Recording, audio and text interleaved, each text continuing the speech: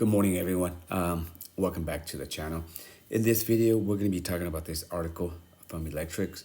So basically what it is Tesla starts selling software range unlocks for recent Model Y rear-wheel drive. So as you can see from the pictures, these are the pictures from the app from the actual customers, and it's giving the customers like a choice depending on what battery pack it's inside their vehicle in order to get a different upgrade. So the one on the left, it says right here, it's $1,600, and it will give them 50 additional miles. However, on the right hand side is $1,000 upgrade, and it'll give them about 30 miles. So we're gonna start reading more about this, and then what are your thoughts on this? Is it fair? Is it right?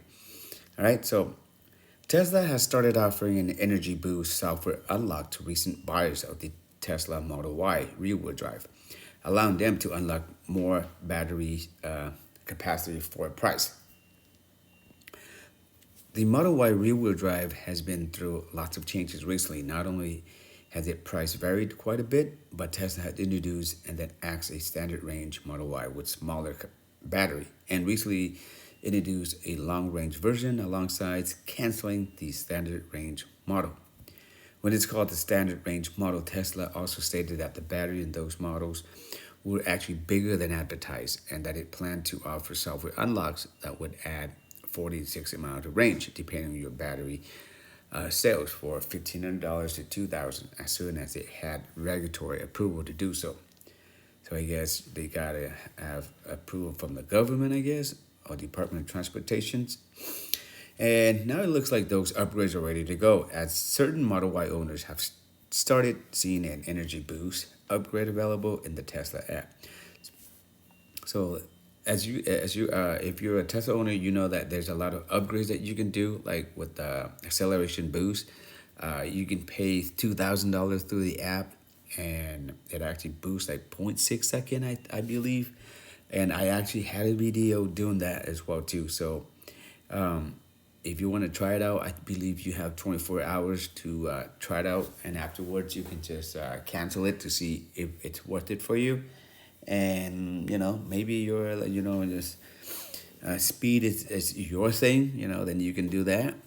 All right, but yeah, each of these range estimates come with an asterisk attached stating estimates are based on internal modeling and will vary depending on factors like battery age and driving behavior. Given that 50 miles is a pretty large chunk of additional range, some 15% or so, we can imagine that the numbers might suffer from typical Tesla optimism. And given that these numbers are based on internal modeling and not EPA cycling testing, your mileage may vary. So give and take with the range wise, if even when they advertise it, for example, I think my Model Y long range is 330, but don't expect to get 330 out of it because there's a lot of things that's involved in it. The numbers that they're advertised properly in laboratory, and tests. But when you actually do drive outside, there's certain speeds you gotta be within. And depending on how the weather is, where you're driving it, and if you're using the ACs, all kinds of stuff involved in it. So that's what it is.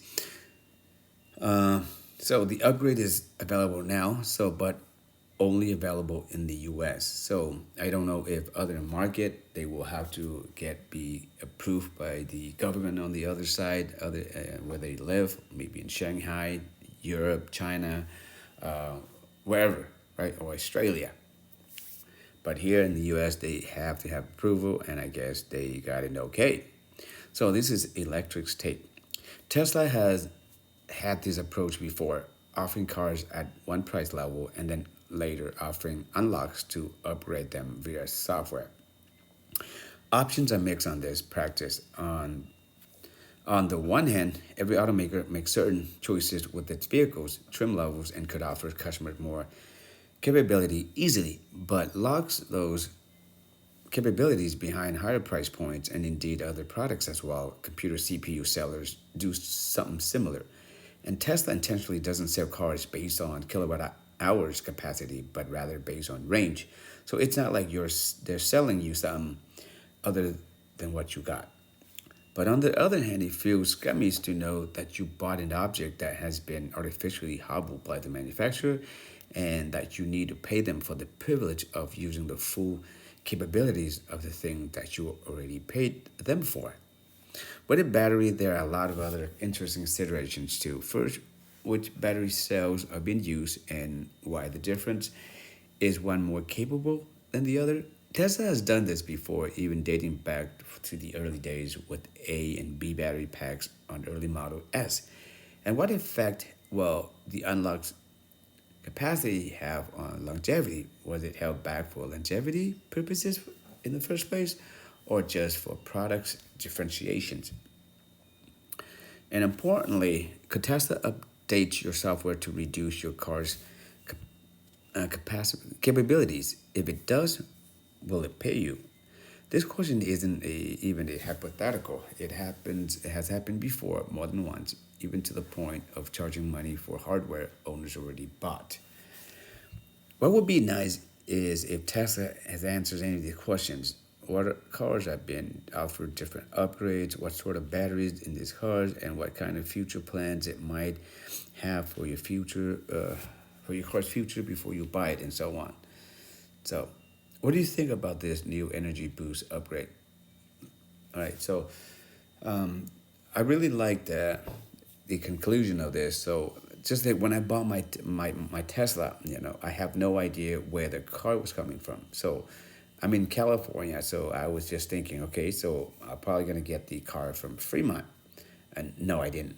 I got the car from Texas, Austin over there, and Tesla will not tell you what batteries they have in those cars. Like even for myself, I've never seen my car. This Tesla is the only.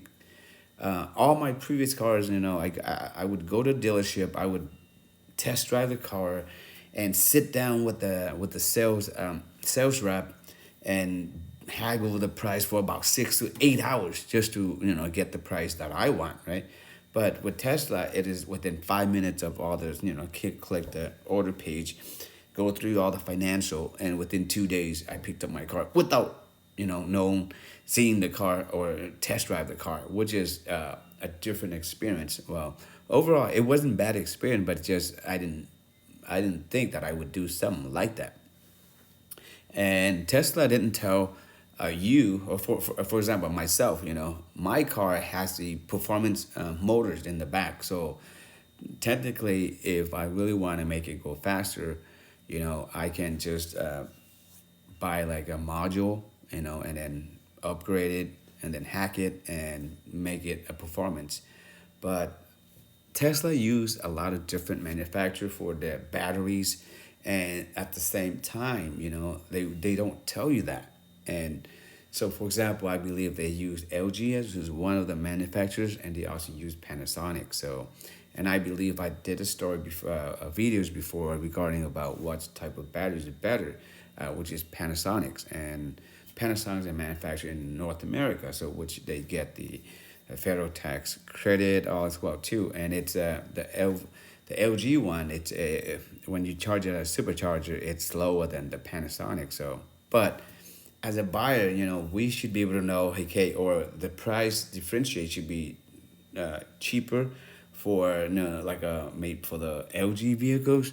But that's not the case. When we just buy the vehicle, you click on buy, and then you just hope for the best, right? So, yeah. So, what are your thoughts on this? Paying for the $1,000, $1,600 for 50 or 30?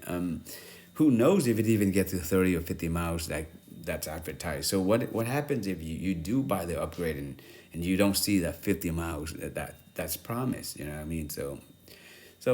Just let me know in the comments what your thoughts are. And that's pretty much it for this video, guys. Thank you for watching. And if you like the video, feel free to give a thumbs up. And if you love the content, make sure you subscribe for more videos in the future. On that, thank you. Be safe.